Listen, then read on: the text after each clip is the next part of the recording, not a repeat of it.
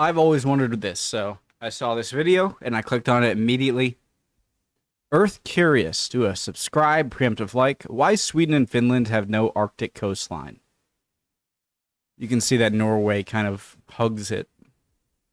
I think Norway might have, or sorry, Finland may have had a coastline like right here a while ago in like the early 1900s. I'm not really sure, but I'd like to learn the history behind this, and that's what we're doing. Original link to the video if you haven't seen it yet or want to watch on your own from Earth Curious. Make sure to go check it out. Imagine waking up in Kirkenes, Norway. You're technically in Norway, but you're further east than Istanbul. And if you drive just 15 minutes, you'll hit the Russian border. This strange quirk of geography reveals something fascinating about Scandinavia's map. Norway has complete control of the Arctic coastline, while Sweden and Finland, despite being larger countries, are completely cut off from it. But why? How did this happen? And does it even matter in today's world? Yeah, it matters. The Arctic is going to become more and more important for international shipping lanes and probably better access to minerals and stuff like that that might be found off the coast of northern Scandinavia. So yeah, it matters. Centuries of wars, alliances, and border changes, somehow Norway has maintained its iron grip on this valuable Arctic territory. Was Norway just that good at defending it? Or did Sweden and Finland never care enough to take it? The truth is far more intriguing. And in today's world of melting ice caps and Arctic resources, it's a geographical lottery that might completely reshape the power dynamics of Northern Europe. To understand this peculiar situation, we need to look at what physically separates these countries. The Scandinavian mountains form one of Europe's... I just want to say, I'm only 1 minute in, but this channel has only 1,000 subscribers. I can see it's good editing, good maps. I love the narration. So I expect this channel to grow quite a bit. I'm already loving it. Separates these countries.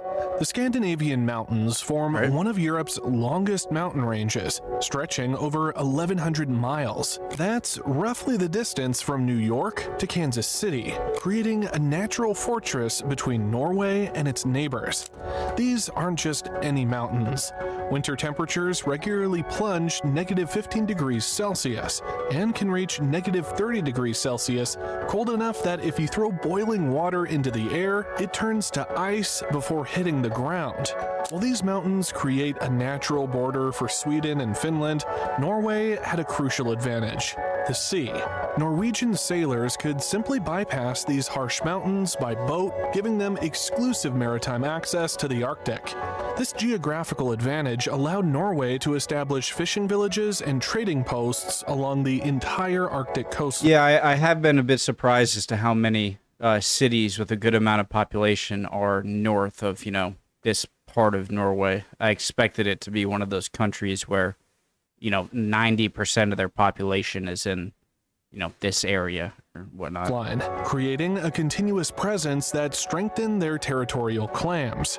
Swedish or Finnish explorers attempting to reach the Arctic by land would face a treacherous journey through frozen mountain passes, often taking weeks for a trip that Norwegian sailors could complete in days.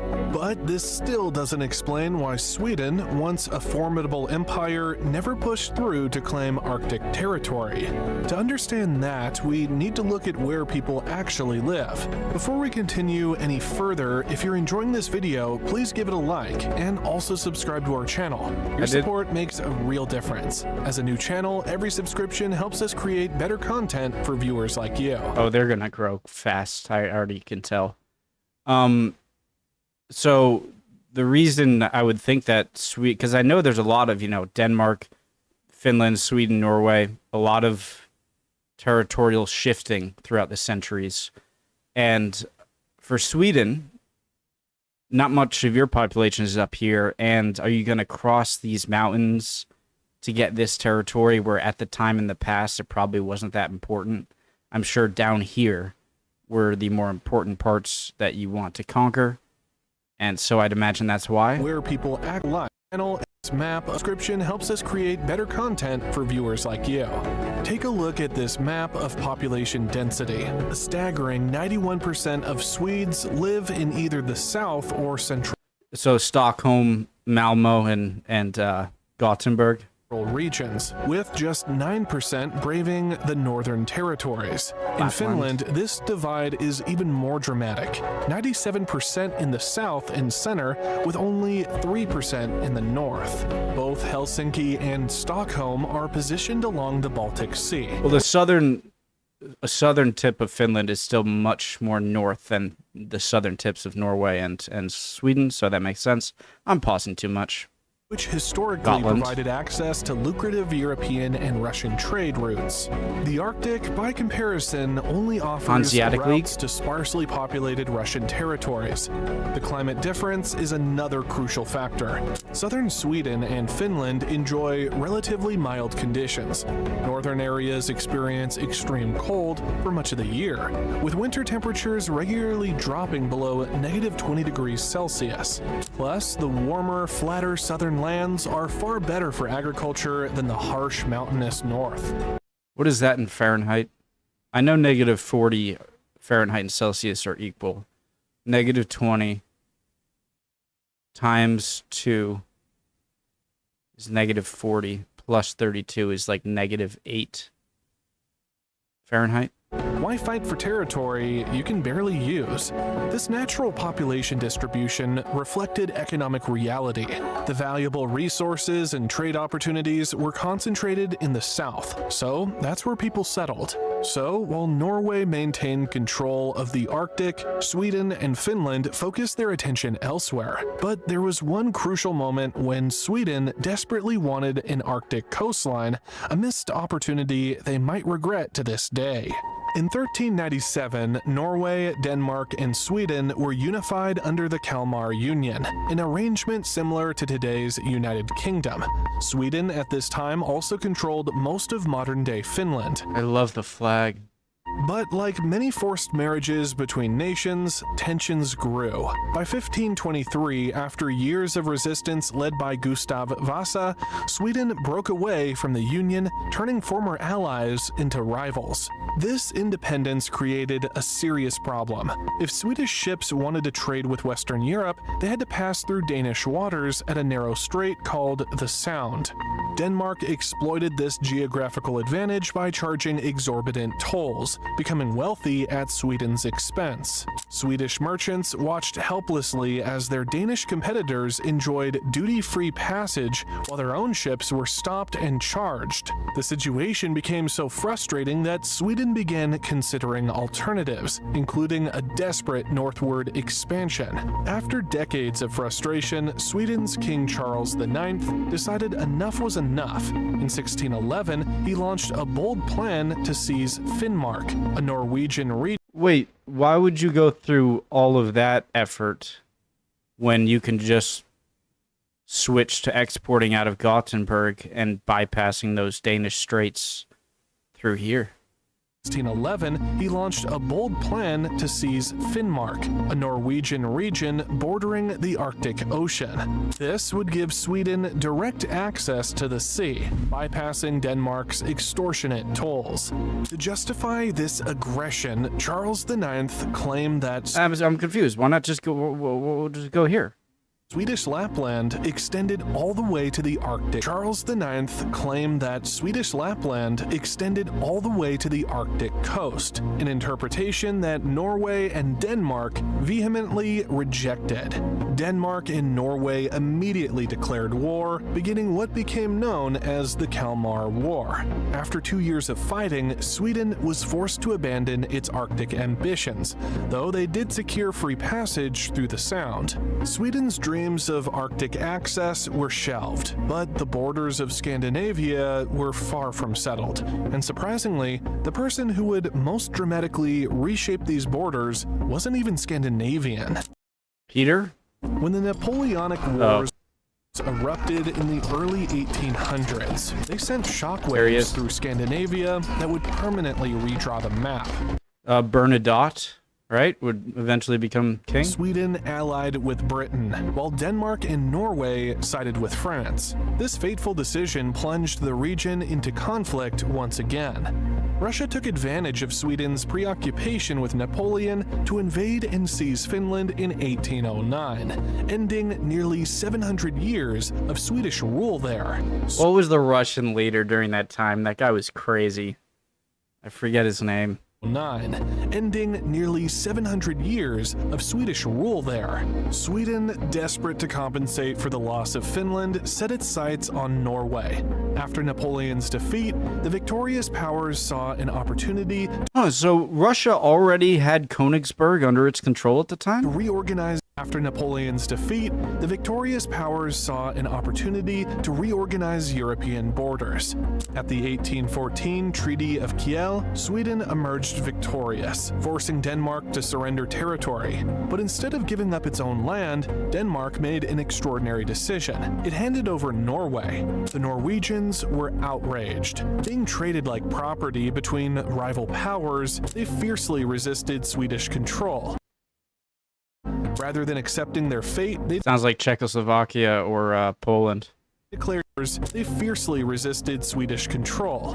Rather than accepting their fate, they declared independence and drafted their own constitution. Sweden responded by sending an army to enforce the treaty. Though Norway was militarily outmatched, they put up enough resistance to force negotiations. Eventually, a compromise was reached. Norway would technically belong to Sweden, but remain a sovereign nation with its own constitution, parliament, and borders. Up until the very early 1900s, right? This personal union lasted until 1905. Like my favorite explorer, I say he's my favorite explorer, Amundsen. I don't know if he's my favorite. I love Scott and Shackleton and Franklin too. But Amundsen, I know is I know that that's around where Norway became independent country again, because there was a big push during like the Arctic golden age of I forget what it was. Anyways, that Amundsen. Rising Norwegian nationalism led to a peaceful separation. By the early 20th century, Norway finally gained full independence, establishing borders that closely resemble today's map, with one significant exception. Also, the South Pole belongs to Norway. It doesn't, but it should, because Amundsen reached there first and planted a flag. For a brief period, it wasn't Sweden that had an Arctic coastline, but Finland. During the chaos of the Russian Revolution in the early 20th century. Ooh, I was right then. During the chaos of the Russian Revolution in the early 20th century, Finland seized its chance for independence. As the Russian Empire collapsed, Finnish nationalists declared independence in December 1917. In the subsequent Treaty of Tartu in 1920, the new Soviet Union recognized Finland's independence and even granted additional territory, including a precious slice of Arctic coastline. This region, Ooh, that much. known as Petsamo, Pechanga in Russian, gave Finland something it had never had before: a year-round ice-free port on the Arctic Ocean. The strategic significance was enormous. Well, I'm surprised this area is year-round ice-free, right? Whereas I know, like, is this the Gulf of Finland? I believe isn't year-round ice-free. But I guess that being inside of the Baltic Sea doesn't it keeps you from getting any sort of main Atlantic world ocean currents that could make it not freeze over. So it just... Finland now had a direct naval connection to the Western powers. The Finnish province of Petsamo not only provided access to the Arctic Ocean, but also contained valuable nickel deposits. Finland invested heavily in developing this region, building a seaport connected to Lapland by the ambitious Arctic Ocean Highway. The nickel mine at Kolosjoki, modern-day Nickel, Russia, was one of the largest in Europe, supplying approximately 10% of the world's nickel. This made Petsamo not just symbolically important, but economically vital to Finland's growing economy. The potential was enormous, but Finland's Arctic dream was about to be violently cut short. When World War II erupted, Finland found itself in an impossible position, fighting off Soviet invasion while watching Norway fall to Nazi Germany. Controversially, Finland allied with Germany in what they called the Continuation War. Sweden was in such an awkward situation too. It's like Denmark conquered by Germany, Norway conquered by Germany, Finland conquered by the Soviets, or close to conquering the Finns, and then Sweden's just there like, you know, not a great position to be in. Of course, it's better than others. I guess I'd rather be there than conquered. Reclaim lost territories. In the decisive Petsamo-Kirkenes offensive of October 1944, Soviet forces launched a massive assault, conquering Finland's Arctic territory while simultaneously helping liberate Norway from Nazi occupation. Following the 1947 Paris Peace Agreement, Finland permanently lost Petsamo to the Soviet Union. Oh, that makes sense. I was gonna say, how would the Soviets? I was confused because I thought I was thinking of the Winter War with Finland being prior to Operation Barbarossa, where the Germany betrayed the Soviet Unions with their treaty and invaded. But then when they were pushed back, I'm sure they also helped liberate parts of Norway. So that makes sense. The nickel mines that had been the pride of Finland's northern development were now firmly in Soviet hands, and Finland's brief experience as an Arctic power came to an abrupt end. With this final border adjustment, the modern map of Scandinavia was largely set, with Norway maintaining its monopoly on Arctic access, a geographical advantage that would prove increasingly valuable in decades to come. Unlike its neighbors, Norway has twice rejected joining the European Union, in 1972 and again in 1994. Why? Control over its waters. Not just that, why are they still not in it? The EU's common fishery policy would force Norway to share. You have a bunch of oil, you have a lot of fishery, you have Arctic coastlines. It's like you're doing extremely well. You might be the best country in the world in terms of just self-sufficiency. Well, maybe you need some food imports. I'm not sure about your grain or whatever, but it's like you might lose more than you would gain if you join the EU. Access to its rich fishing grounds, an industry that contributes 2.3% to Norway's GDP and maintains hundreds of coastal communities.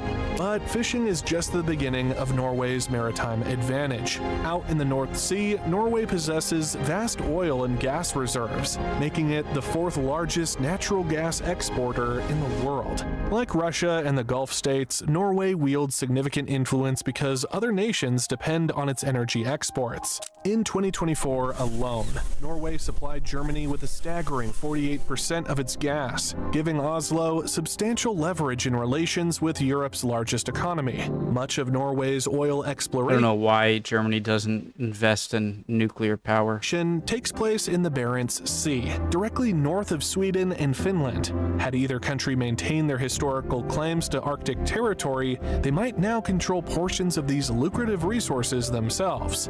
The numbers are staggering. Norway's government pension fund Global, which invests the proceeds from oil and gas, is worth over $1.4 trillion, making it the world's largest sovereign wealth fund. Good on you, Norway. Despite not being an EU member, Norway enjoys the benefits of the single market and Schengen area, allowing relatively frictionless borders with EU countries. And with its massive resources, Norway has ample leverage in trade negotiations. But Norway's geographic advantage is about to become even more valuable, thanks to an unexpected factor: climate change. As global temperatures rise, the Arctic is warming faster than any other region on Earth, at approximately twice the global average rate. An estimated 22% of the world's undiscovered oil and gas resources lie beneath the Arctic. As rising temperatures make these areas if you're Japan and you want to, or China, and you want to ship things to places in Europe, are you going to go all the way through the Suez Canal, or are you just going to go over Canada and Alaska, or go over Russia to right here? You're going to do that. And gas resources lie beneath the Arctic. As rising temperatures make these areas more accessible, Norway stands to discover even more energy reserves. Perhaps more significantly, melting ice is opening up new shipping routes. The Northeast Passage along Russia's Arctic coast could reduce the sailing distance between Europe and Asia by up to 40% compared to the traditional route through the Suez Canal. Maritime experts predict that up to 5% of global shipping could be diverted through Arctic waters by 2050, creating a shortcut between Asia and Europe that bypasses traditional routes. And it's a flat map, so I think this kind of makes it longer than it looks. I think it's really just like here to there, and then you pop out here and you're right here. China has shown particular interest in these potential Arctic shipping lanes, declaring itself a near-Arctic state and investing heavily in ice-capable vessels. This means this small Scandinavian country suddenly finds itself in a powerful negotiating position with the world's manufacturing giant. As a founding member of the Arctic Council and the host of its headquarters in Tromsø, Norway has positioned. Who's in the council? Finland, Canada, Denmark, Iceland, Norway, Russia, Sweden, USA. Is that just the Arctic Council flag? What is that? What is that? Greenland? What are these? Oh, are these like flags for Greenland and like not the Falklands Island, the opposite. Not the Orkney. What is that? What are those islands? The Arctic Council and the host of its headquarters in Tromsø, Norway Svalbard has positioned itself as a leading voice in Arctic governance. Meanwhile, Sweden and Finland can only participate from a distance without direct access to these increasingly valuable waters. There's another often overlooked aspect of Arctic control: the indigenous Sami people. Traditionally nomadic reindeer herders, the Sami have inhabited northern Scandinavia for thousands of years.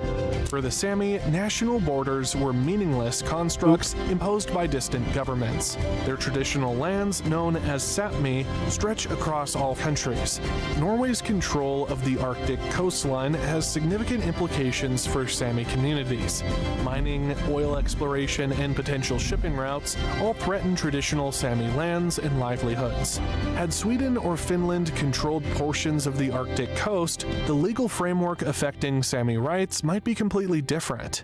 Imagine an alternate history where Sweden had successfully seized Finnmark in 1611, or Finland had managed to keep Petsamo after World War II.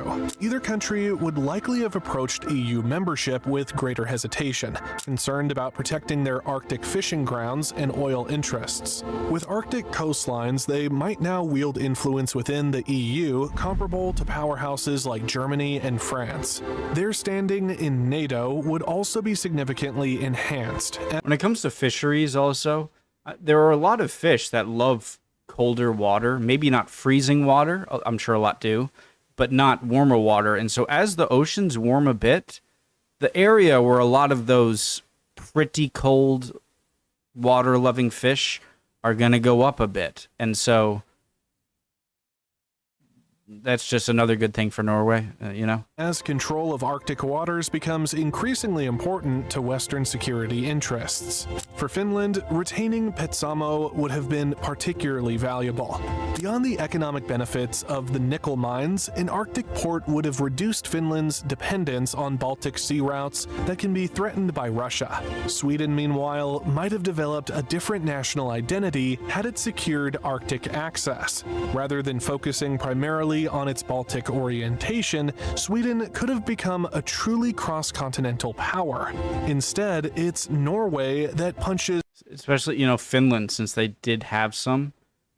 Imagine just having an open water port where you can trade with anyone in the world directly. You still can, but I mean, you still have to go through all this stuff. Is far above its weight in international affairs, balancing between developing its resources and protecting the Arctic's fragile environment. Will these borders ever change again? It seems unlikely. Despite their historical rivalries, Scandinavian countries now enjoy friendly relations. All are NATO members as of Finland and Sweden's recent accession. The only potential threat comes from Russia, but NATO membership serves as a powerful deterrent against any territorial ambitions Moscow might harbor. As climate change continues to transform the Arctic, Norway's geographical advantage will only grow more valuable. If the Northwest Passage becomes a major international shipping route, When it becomes. Norway will cement its position as a critical player in global trade, a bitter pill for Sweden and Finland to swallow. Norway faces its own challenges. However, as the world transitions away from fossil fuels, the country must find new economic engines to replace oil and gas revenues. This strange quirk of Scandinavia's map tells us a fascinating story about how geography shapes destiny. The mountainous barrier that has kept Sweden and Finland from the Arctic for centuries represents one of history's most consequential borders, one that may determine which of these countries leads in the century ahead. From the sound dues that prompted Sweden's failed Arctic gambit to the oil wealth that now powers Norway's economy, access to the sea has repeatedly defined the fortunes of these Nordic nations. What do you think? Should Sweden or Finland have fought harder for Arctic access? You can't know the future. Or was Norway simply destined to control these valuable waters? Let me know your thoughts in the comments below. Fantastic video, gotta say. Especially, it's only 1,000. I say it's not like 1,000. I remember hitting 1,000 subscribers, and I react to things. I don't make new things like Earth Curious does. It's more impressive in my opinion. But this channel is gonna grow very fast if there are more videos like this. I love this video.